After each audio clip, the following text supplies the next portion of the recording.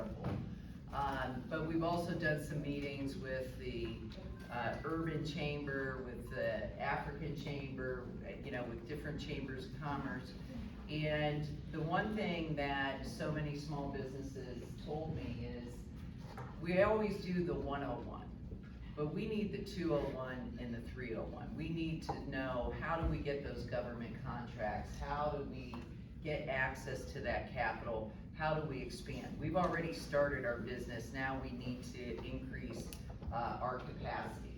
And so that's why that was sort of the impetus for this series that we're gonna run, is how do we get government contracts, how do we get contracts with big corporations, and how do we get access to that capital? And so we have so many incredible experts here today. I just wanna, everyone's gonna introduce themselves, so I'll just go quickly, and you can raise your hand. Elmi Bermejo, small SBA Regional 9 Administrator. Saul Ramos, as you all know, from SBA District Director. Caitlin Schwantes from SBDC, Small Business Development Corporation. Adrian Garcia, she's the Purchasing Manager with Clark County. Nate Jackson, Deputy Director, Nevada Apex Accelerator. And then we have Noe, who is also here. And Roseman, thank you for hosting us. I'm not gonna tell you how important small businesses are to our community, you all know. And you also know how challenging it is to find your employees, keep your doors open, to get to that 5 years.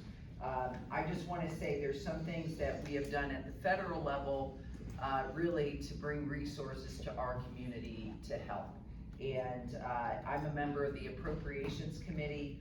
In December of 2022, I voted for our government funding bill, which included $350,000 for the Clark County Small Business Opportunity Program, helping small businesses increase their capacity and be able to compete for government contracts. So we're gonna learn, obviously, about that.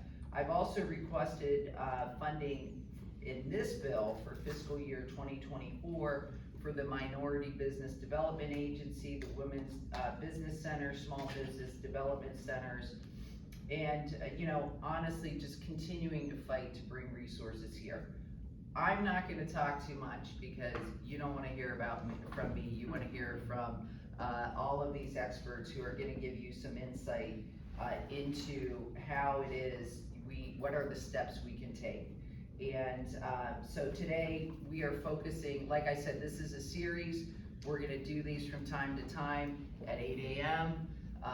And I'll make it, but today we're gonna focus on government contracts. And many small businesses have this perception that government contracts, especially those, for instance, through the Department of Defense or any other federal agency, that's only where they come.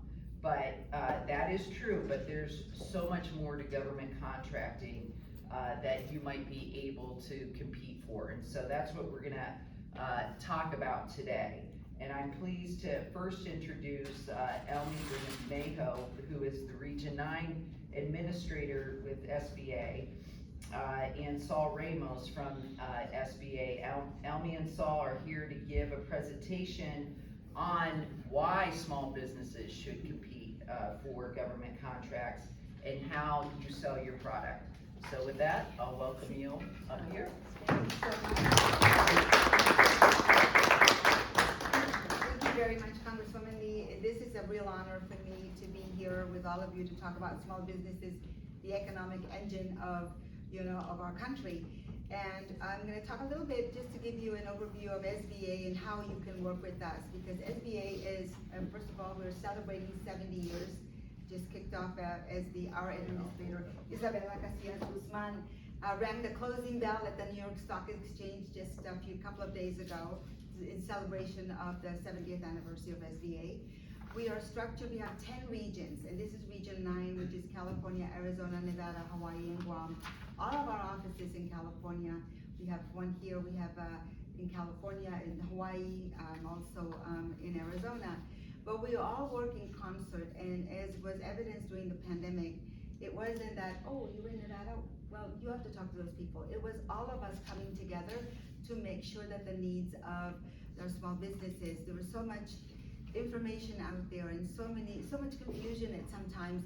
And our team at SBA was there every step of the way, very long hours. And it's very refreshing when a member of Congress can say, wow, your office was answering phone calls at 10 o'clock, or they were calling me back. Because we knew how important those PPP loans were to keeping the doors open for small businesses. So in our office, we also work with our SBDC, which is partly funded by the SBA. So when you're thinking of SBA, also think that we're just part of this community, that SBA is part of that. When it comes to government contracting, there's certainly many opportunities, as the Congresswoman alluded to, and it's making sure that, I'm gonna talk a little bit about broadly, getting ready for that, and then Saul is going to be more specific, because we actually have a business opportunity specialist in our offices, and those folks are specifically helping those businesses who wanna do government contracting. And it's a long process, because not only is it about getting that contract from the Navy or something, but if you have a landscaping business, why should the federal government not be your customer when you can landscape the grounds of the federal building, the county building, or all these? If you're selling PPP, you can sell to the government as well. And there's so many ways that we don't often think about. We think, oh, well, I don't make that widget, but it's, consulting. And with SBA, we talk about the 3 C's: consulting, capital, and contracting. And the consulting is our SBDC SCORE partners who can provide at no cost as taxpayers. You've already paid for a lot of that, to make sure that you are getting some advice, how to write a business plan. Some may or may not know that. That is also, we have a gentleman here who went to our SBDC and had some issues with credit, but instead of being told, well, that's just too bad, they helped them, and he now owns something like 20 taquerias in Nevada. So it's making sure that you have the tools to succeed. So it's the counseling, and when it comes to contracting, it is making sure you're part of the cohort, and also the training to get you ready for that. But as you are taking the classes, it's also making sure you're getting out there to meet those businesses who are going to be your potential customers. Because the day that you are certified, if you then start looking for customers, you're wasting valuable time. But if, like one of our success stories in Torrance, California, this lady she's making all the chairs for the Bellagio right now. And now just got an SBA, but the minute she got approved, there was a company ready to hire her, because she had been doing that kind of work, working closely with our SBA office in Los Angeles. And with that, I'm gonna turn it over to Saul. I know we have many great speakers to talk a little bit about the specifics, and we certainly are available to answer questions and be a reference point as well. Yeah, and thanks again, Congresswoman Susie, for including us, and Jerry and the whole team. They've been great partners throughout, before, during, and after the pandemic. We worked very closely, and all the support you've been able to provide through the team. To echo Elmi's point about SBA and government contracting, and you all as potential clients, think about it. The government is one of the world's largest buyers. The government buys everything, from chairs, from services, so why not be part of that?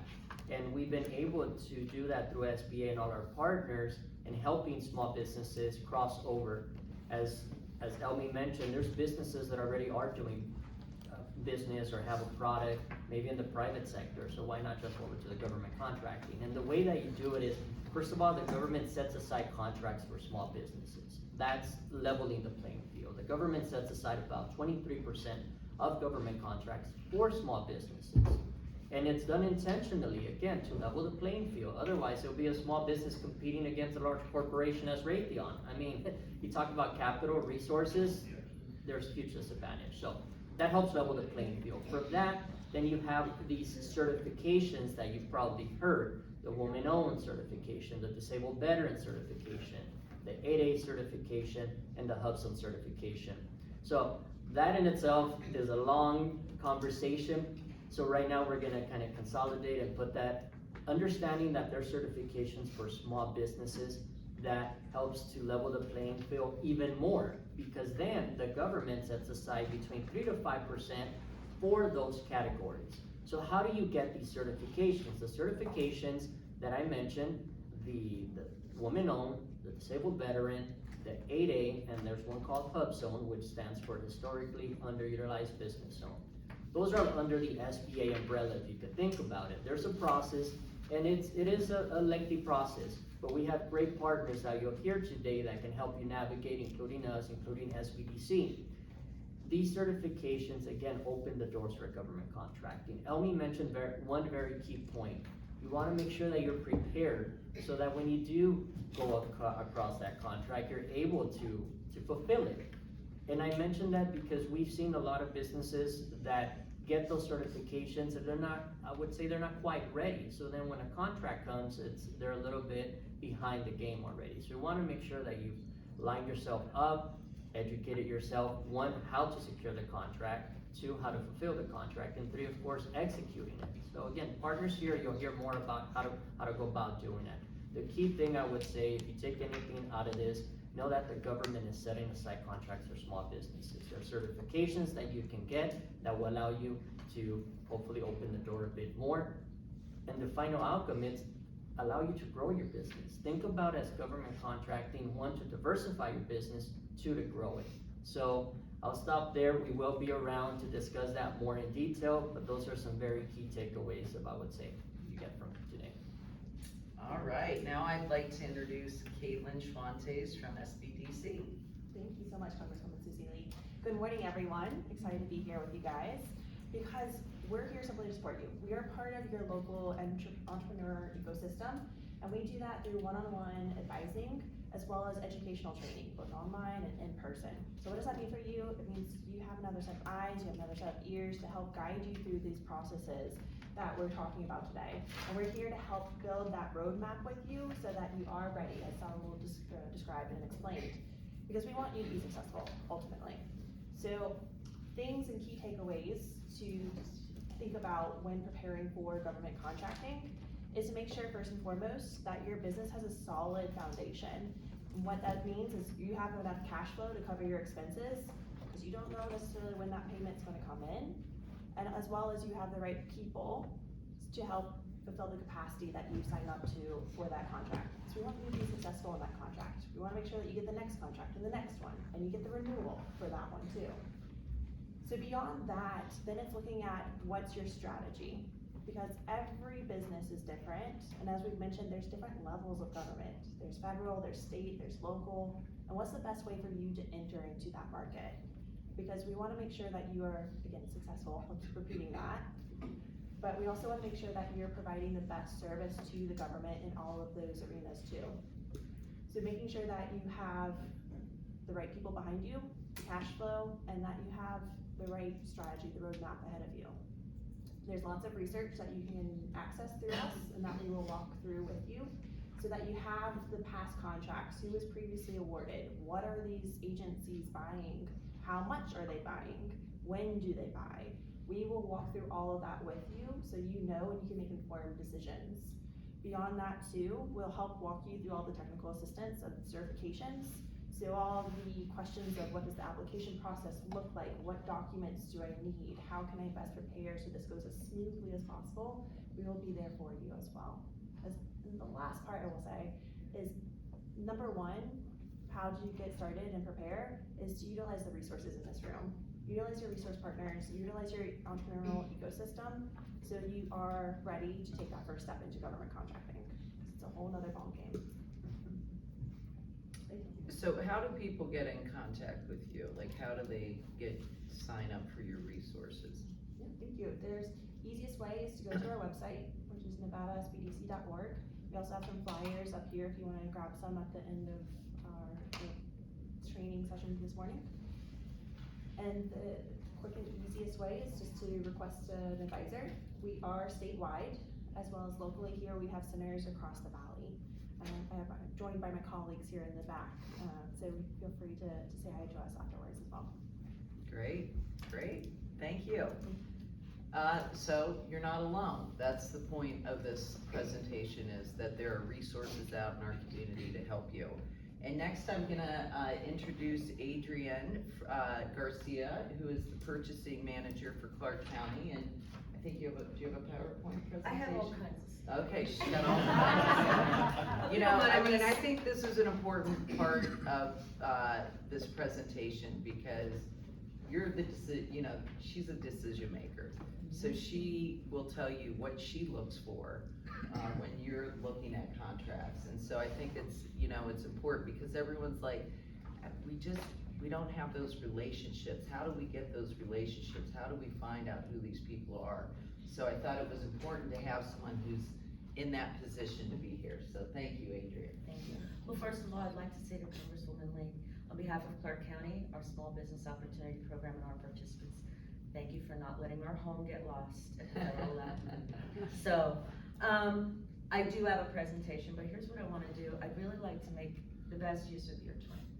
Because for you, every minute that you take away from your business is possible opportunity lost. So I wanna bring opportunity to you in these minutes that you're spending with us. The presentation that I have, as long as you have put in the sign-up sheet, is what I'm told, as long as you have put your email address, they will send that presentation to you.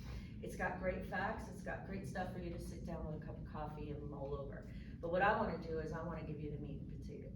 I wanna tell you how to get into the government sector, how to find out who your contacts are, how to find out where you sit in your marketplace, okay? Cause that's really what you need to know. What I do wanna tell you is I think a lot of people are intimidated by the government sector. But let me tell you, as someone who's worked in the government sector for 25 years and did 10 years in the private sector, the government sector is actually one of the easiest sectors to navigate, and I will tell you why. Number one, there isn't anything that I do, that I see, that I put my eyes, my name on, that is not a public record. You're not going to get that in the private sector, okay? So I'm gonna show you how do I gain access to these resources? How do I get a chance to take a look at these things? I have brought two things that are very, very important in addition to this presentation. So the first one is something called Nevada Government E-Marketplace, or NGEM as we like to call it for short. And they have them up here and they're gonna get these out to you. The first thing I want you to do in your spare 5 minutes, because that's all it takes, is I want you to get your company logged into NGEM. It is free. It takes about 5 minutes to get signed up. There are over 18 local municipalities and agencies and districts that are utilizing this software. This is our bidding software. And what's nice is when I was in the private sector, as I told someone else, if I wanted to know where opportunity was, I had to literally go and knock on doors. This software is interactive. So when you sign up and you put your email address into this system and you go in and designate what commodities and services you provide, when one of us enters a bidding opportunity into the system emails you and tells you, hey, there's an opportunity for you, go look at this, okay? In addition to getting signed up in NGEM and getting your company on the radar, I want to encourage you to start partaking in those things called pre-bids and pre-proposal conferences. These are your meetings. This is where you get to know who the market is, you get to know and ask questions about the specifications, you get to ask questions about the contracts. Now, just as a personal side note, I would suggest that you go in and you attend one of these meetings on a contract you have no intention of bidding on. But get a feel for what does that environment feel like? Like, can I ask questions? Yes, you can. That meeting is yours, okay? And so this is where, if we've not done something within the spec, and that spec is not clear, because this is where most small businesses get caught up. If that spec is not clear, you get to raise your hand in that meeting, and they're virtual, so you can do this while you're doing other business. Attend that meeting, raise your hand, speak out and say, well, I have some questions about this specification. Do not be afraid, and I think that's really the biggest point here. Do not be afraid to have a voice. Have a voice for your business. When you point those things out to us, we are now on notice. We have to clean those specifications up. We have to make sure that that answer is addressed, and that question if it has merit, that we make sure that that contract is fair and equitable to both sides. What I will tell you is this, I have never had somebody ask a question and give someone else a bidding advantage, so get that out of your mind. If anything, it's the opposite. If there's anything ambiguous, you find yourself now no longer on level playing ground, okay? The other thing I want you to know, on a side note, I've been with the county, I was with the county through the recession, and I was with the county obviously through the pandemic. Do not be afraid to be a small business in a big fishbowl. Because what I will tell you is this, the businesses that fared the worst were the large, because they were overextended. So keep everything close to the hip, use these people, use these resources, but because you are getting this education and you are following these programs and you are taking advantage of these resources, you tend to actually fare better than some of the bigger businesses that are still trying to figure out how to navigate the new world. So do not be intimidated by the size of your business. It is not the size of the business, it is the astuteness of the person who is running it. Then the second thing that I wanted to give you was this. This is our Small Business Opportunity Program. So I have a copy of the most current newsletter. Get signed up for this newsletter, because the Small Business Opportunity Program doesn't just facilitate these types of events, but this is where all the grant money gets called out. So there are constant grant opportunities for businesses. Shani Coleman is our Director of Economic Development for Clark County. Her contact information is in here, but you can log on and sign up and they'll start getting, these go out every month. So every month you will be in the know as to where's the next focus group, where is the next group of money coming from? How do I get a hold of that? And then of course there are resources for you to get yourself into these cohorts where you're all going through this, you're not alone, you're all going through this together at the same time and learning. And those cohorts are what bring out your experts, right? So you are more in the know than most of the larger businesses I've been working with for years, all right? So I wanted to get that information, but I know there's plenty of other information, but I'll be here. And then in the presentation, my contact information is in there. I have a staff of 24. All of my purchasing analyst information is in that presentation as well. And then I want to remind you of this. My phone, my email, and my office is paid for by taxpayers. So there isn't any of that you shouldn't or can't use, okay? All right. Adrian, you make me want to go start a small business. You're in Nevada. That's right. Well, next is Nate Jackson, who is the Deputy Director of Nevada Apex Accelerator, who will talk about a capability statement and tech assistance. Thank you so much, Congressman Lee. Like the Congressman said, my name is Nate Jackson. I'm the Deputy Director of the Nevada Apex Accelerator, formerly known as the Nevada PTAC. Yes, we are currently undergoing a rebranding because our program was removed from DLA to the Department of Defense. We are funded in part via a cooperative agreement with the Department of Defense and the Governor's Office of Economic Development. What does that mean to you small business owners? Is our services do not require a fee from you. Currently we have 5 contract advisors throughout the state of Nevada, 2 up in Carson City and 3 here in Las Vegas. Our mission is to help small business owners as yourself that are in pursuit of government contracts on a local, state, and federal level, in addition to subcontracting opportunities. You may ask, how can you become a client of the Nevada Apex Accelerator? That's a great question, so I'll answer it by simply accessing the Governor's Office of Economic Development website, and I'll hand out a few of the flyers so you can access that. You would simply fill out a form with all your pertinent information, and then one of our advisors will assess your client questionnaire and will contact you. We understand how contracting can be intimidating and robust by nature, so we assign a contracting advisor to each of you that come into the program, and we walk you through a plethora of our services, and they are outlined and detailed on the website. So once you are accepted into the program, we'll set up your new client orientation, and we would go over things such as how to register for your System of Award Management, meaning SAM, because that's a requirement in order to do federal government contracting. Also, we have a service that provides you solicitation process, where we understand that everyone is not in the know of how to navigate a solicitation properly, as well as submit your proposal. All of our contract advisors are very skilled in that. In addition to that, we have what they call capability statements. Now, we're all familiar with a capability statement. A capability statement is merely a resume of your business, and it has 5 key essential elements that are outlined based upon information about your business, your location, any certifications you may have, like woman-owned business, veteran-owned business, hubs-owned business.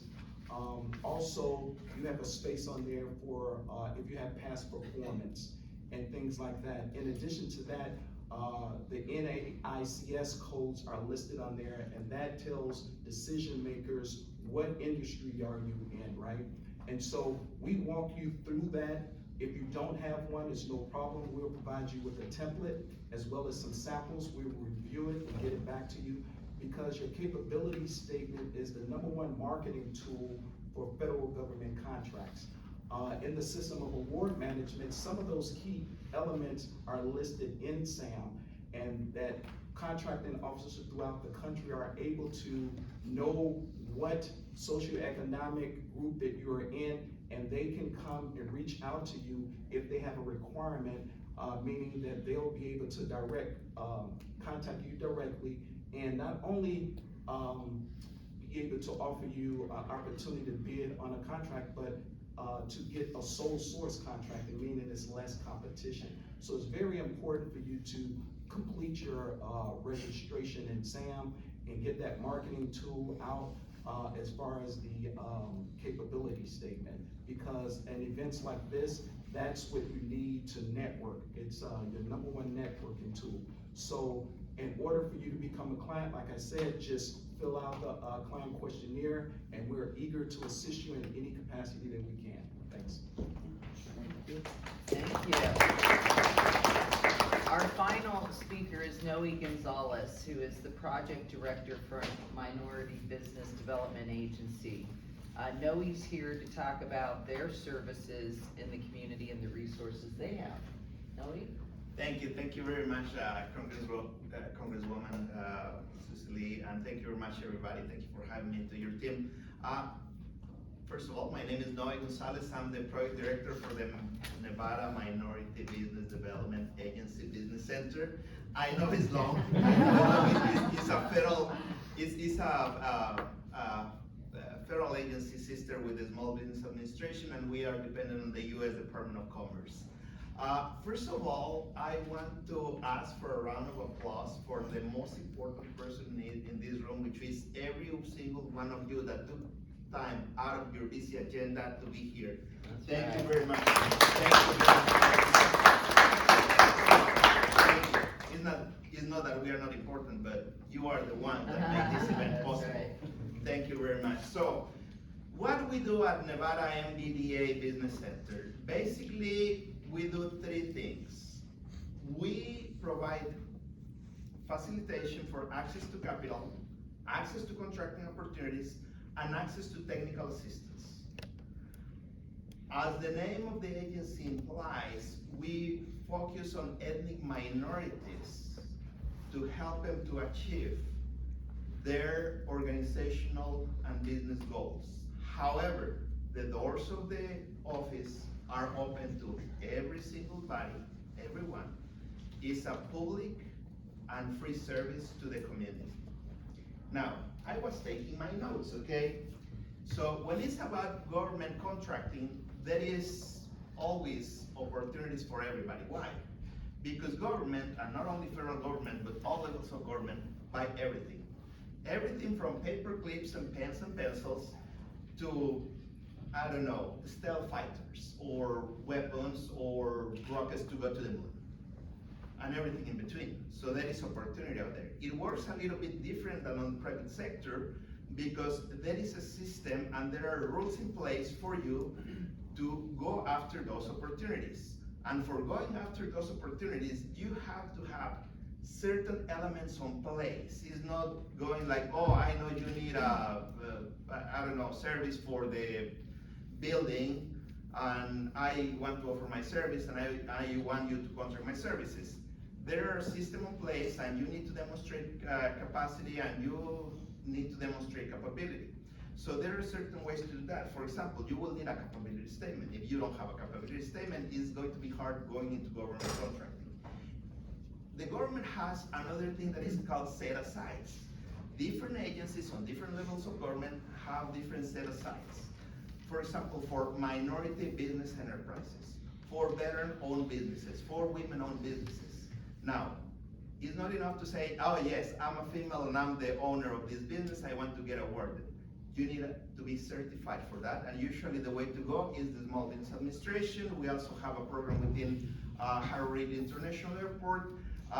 There are independent agencies that can get you certified, but for that there is a path, there is a process, and usually it's not short and it's not easy.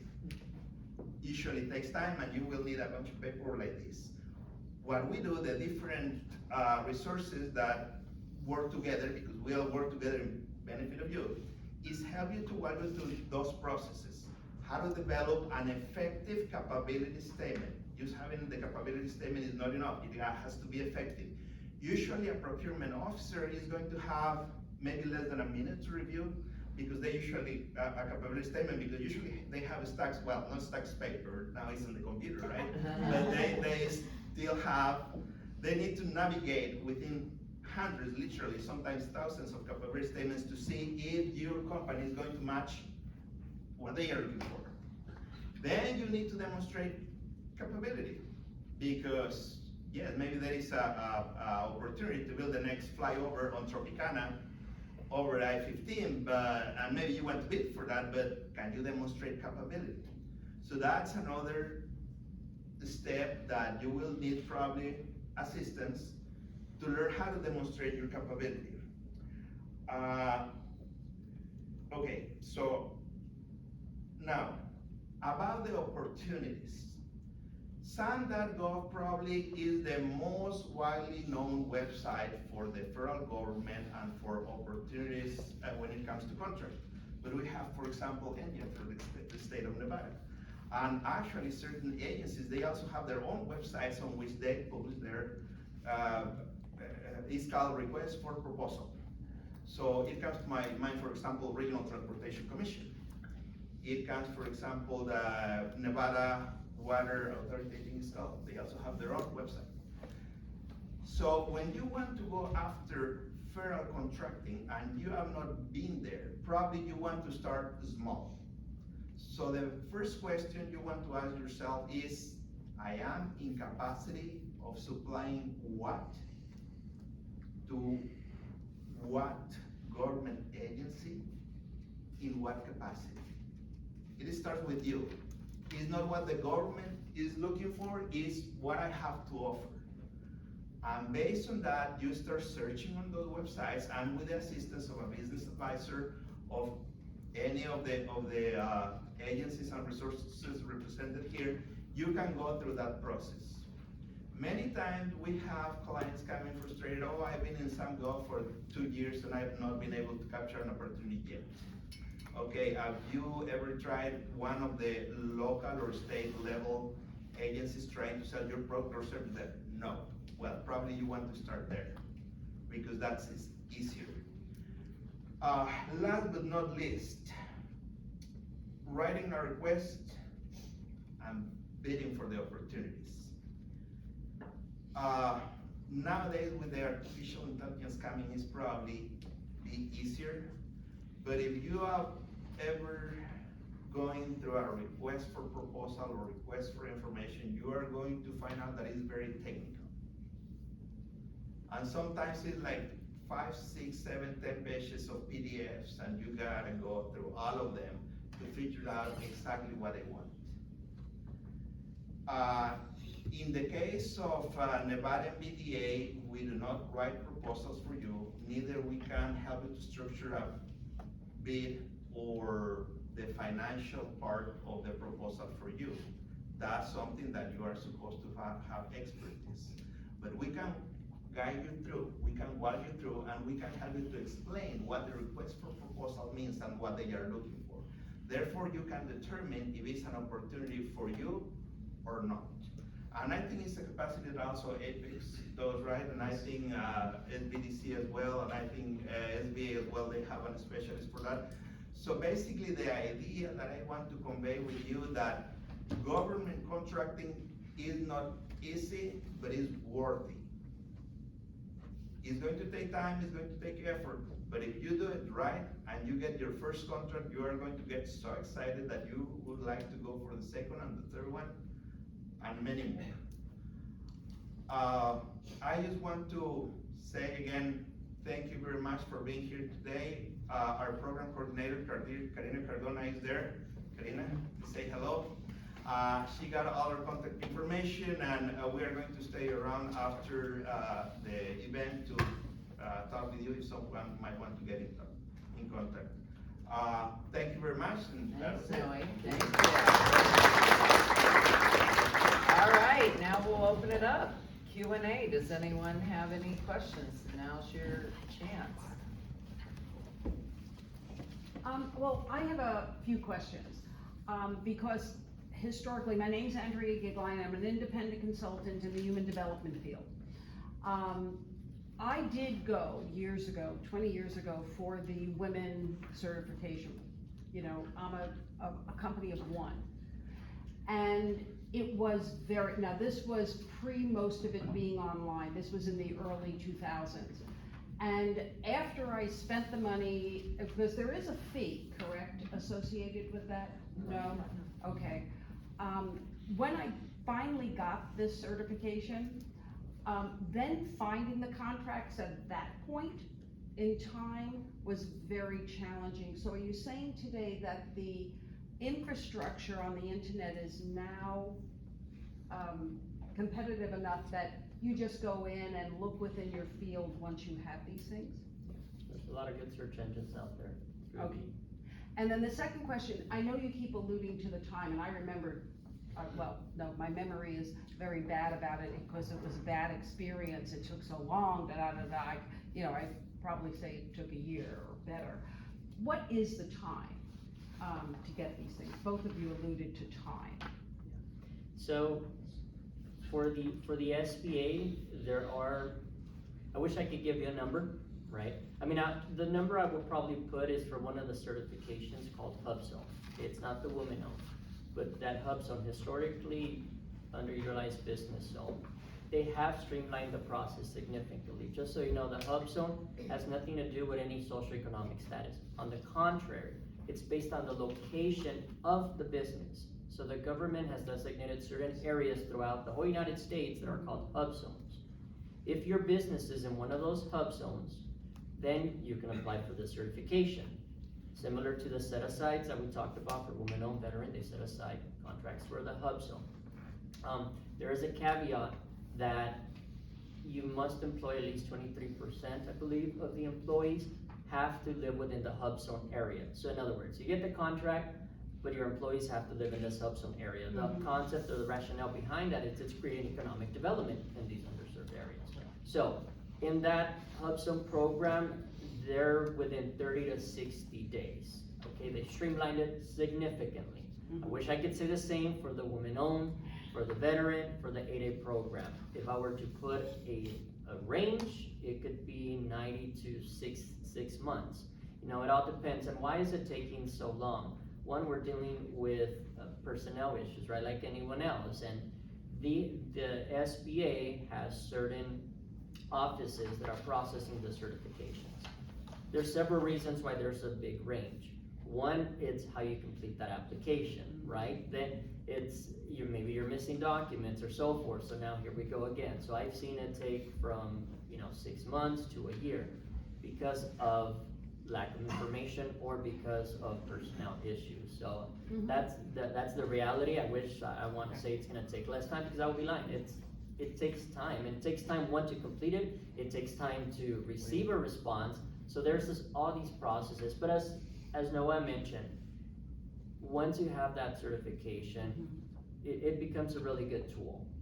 Most importantly, it's the whole concept of working, you're not working in your business, you're working on it. So within that time frame, really work on your business.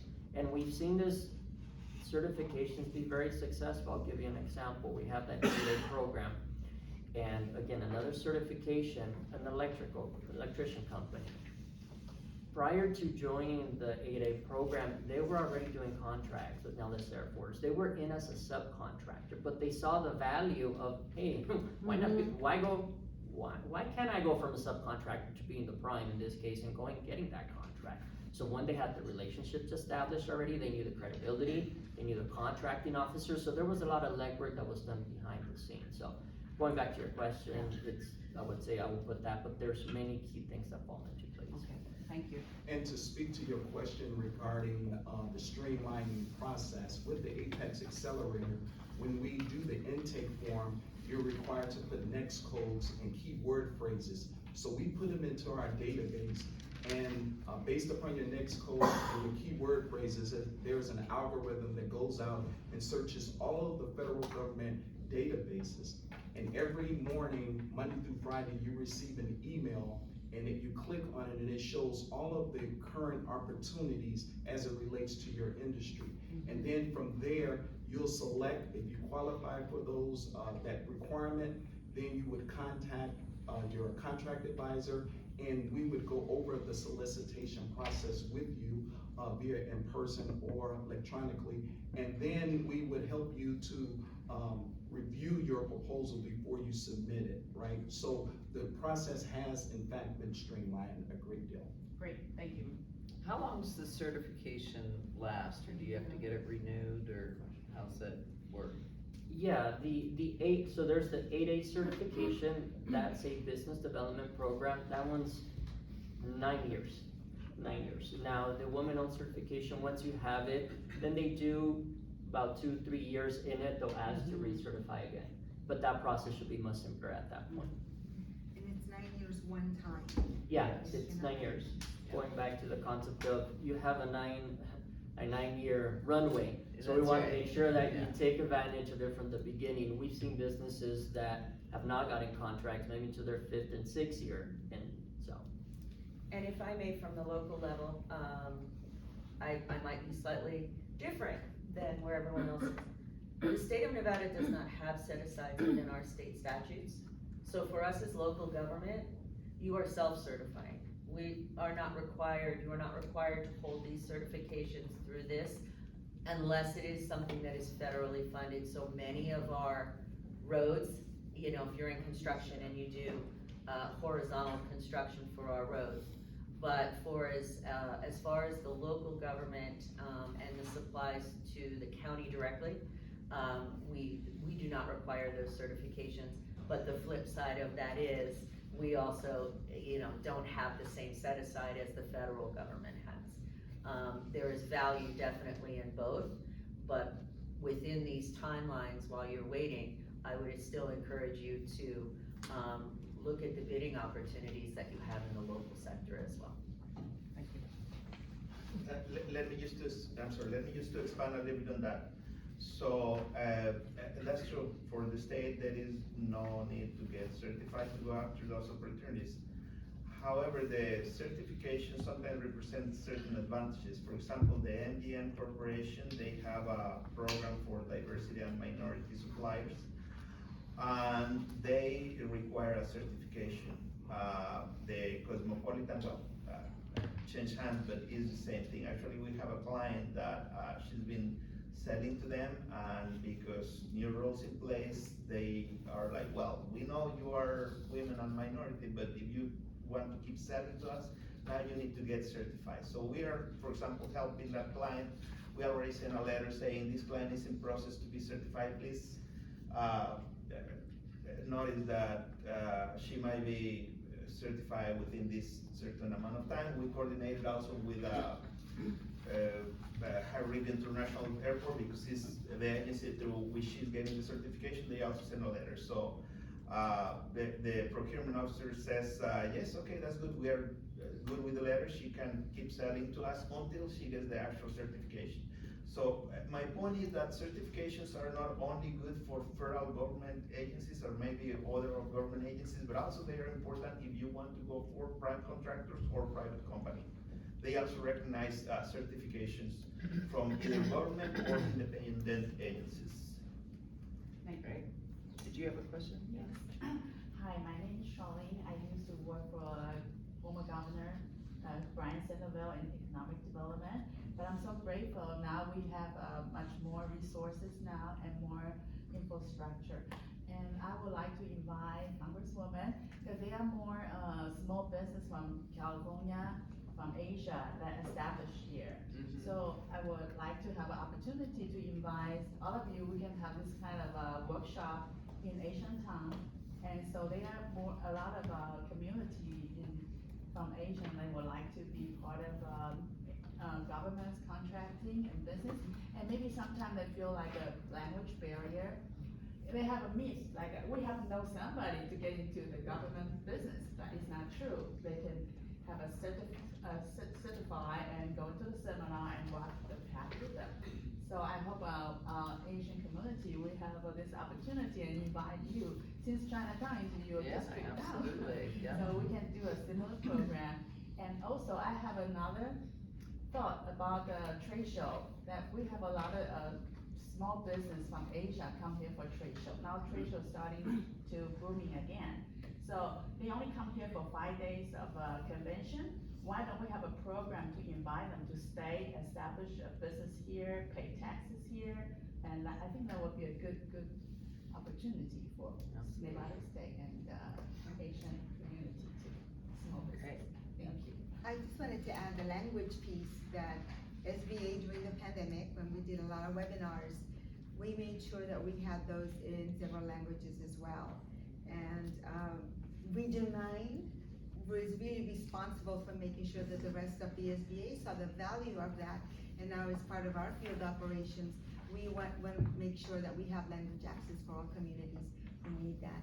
And I think also the pandemic, it was, I like to say, this is no longer, SBA was like an agency that maybe a lot of people thought was very difficult to navigate, but the pandemic also made us a little bit more nimble. When we were standing up a program like PPP, and Congress says, we're gonna do this, SBA rose to the occasion. Absolutely. And in really fast time was getting those PPP loans out.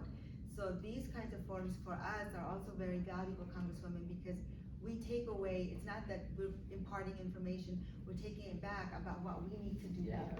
How to be more efficient, what's it taking time, is it something not working, and how do we make it work?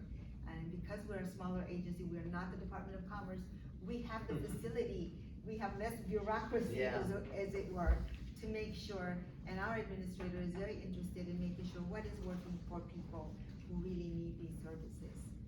And I wanna thank you for bringing that up, because we do have multilingual advisors, and there are lots of resources that you can use and work with them one-on-one in different languages.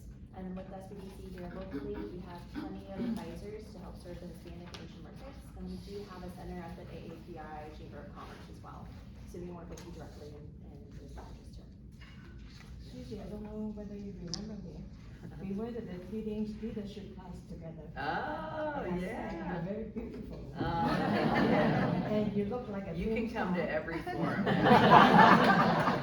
And I told you look like a movie star. I've been trying so long. Until this morning, I said, oh, you look like a Foster. What is Thank the you. name of that movie? Jody. Yeah. I do get that. Well, anyway, if it's useful, I'm a certified court interpreter for Chinese, Mandarin and Cantonese. So if it's useful to you guys.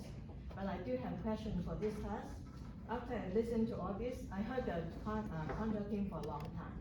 And actually I have a friend that did that for a long time. But when I see this announcement, then I'm very interested, because I personally like to do business. And the question I have, I am a little confused. Where do I start? Do I need to go to different department, different agency to sign up? And is there a central location I start with? Yeah, I could take that. The great thing, and I say this, and maybe I'm speaking for all of us, is that we all work very collectively together. So we're under we're SBA, and we have different resource partners, SBDC being one of them, the Small Business Development Center. We have one called Women Business Center. We have one called the SCORE, which are the majority of them retired volunteers, but now it's changed so much. We have active folks that are working. And then we have the Veteran Business Outreach Center. So under the SBA, we have those 4 centers, those resource partners, SBDC being present here. You can go to either one of them under the SBA, and they'll help or walk you through the process. I know that our partners here as well, Apex is another great resource. What ends up happening is that if you go to Apex, if you go to SBDC, we're gonna cross-pollinate, we're gonna refer to each other. If there's gaps that, for example, SBDC may not be able to fulfill, we're gonna say, you know what, you may wanna reach out to Apex. Apex will do the same. So I would say you can go to either one. For the SBA, you can reach out to any of those partners, and if anyone else may wish to add. So this is the 2 central one, you and. Right, Yeah. MBDA as well, in a way as well. I would say there is no such thing as too much help. So, and actually it's good if you are used to studying, try to contact as many resources as you can and try to get as many advice as you can. Probably what is going to happen is you're going to end up with a very rich, very diverse set of opinions, tools, and paths that are going to take you through your objective, to your goal. So the starting point is what I want to do, how I'm going to get there, who can help me. That's the main thing. And what I've seen is many of them create their, we'll call it informal board of advisors. They got Right. MBDA, they got Apex, that SBA, so it's an informal board of advisors they end up creating by reaching out. So I personally interested in some shipping business because I do have a big company that's going situated in China. They are spreading out to US right now. So which department will want my service? All of us. That sounds good. If I can, I would say, if you look at our diversity in our city, everybody does, right? So there will be parents who will need your services in the school district. So I would reach out to them. There will be people in the courts that will need your services. So you wanna reach out to your local governments, county, and those who have courts. Anywhere you feel there's a language barrier in your day-to-day, there are others that feel the same. So you are bringing a valuable service to people who are still navigating a new place, new agencies, new things for their children, for themselves, for their work, for their finances. So I would say you reach out to all of them and offer that service. I think you will be surprised how much, because we're all looking for those types of things, that we can't provide personally ourselves.